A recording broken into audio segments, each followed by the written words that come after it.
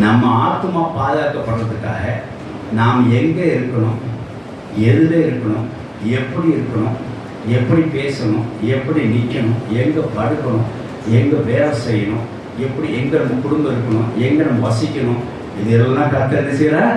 தீர்மானம் பண்ணுறார். எதுக்காக? நம்ம ஆத்மா பாதுகாக்கப்படுறாங்க. கர்த்தர் நீங்க உங்களுக்கு வேலையை கொடுத்துருக்காருன்னா உங்க ஆத்மா ஏற்ற வேலை தான் கர்த்தர் கொடுத்துருப்பார். அப்போ நீங்க பாதுகாக்கப்படுறீங்க.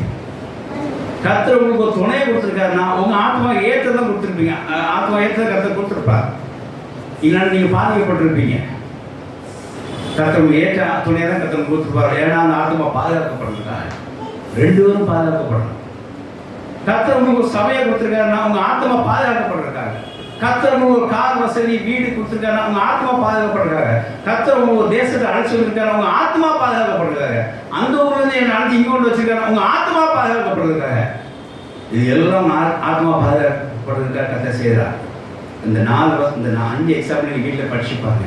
எதுக்காக இந்த ஆத்மா பாதுகாக்க இவ்வளவான கர்த்தர் போராடணும் என்று சொன்னால், நம்ம ஆத்மா பாதுகாக்கிறது இதெல்லாம் டிஸ்டர்பர்ஸாக இருக்கும், இதெல்லாம் இடையூறுபடுறாங்க, ஒரு இன்ட்ரப்டாக இருக்கும். அந்த கர்த்தர் செய்த காரியத்தினாலே என்ன உண்டாரு? இப்போ உங்க ஆத்மா என்ன இருக்கும்? கர்த்தருக்குள்ளாக சுகித்து இருக்கும். அதுக்காக கர்த்தர் செய்கிறார். தேவன் பசங்க சோத்திரம் உண்டாக. இப்போ நம்ம இன்னும் விளக்குற ஒரு காரியத்தை பார்ப்போம். சங்கீதம் 1 அதிகாரம் 1-2 வாசிக்கலாம். சங்கீதம் 1 அதிகாரம் 1-2.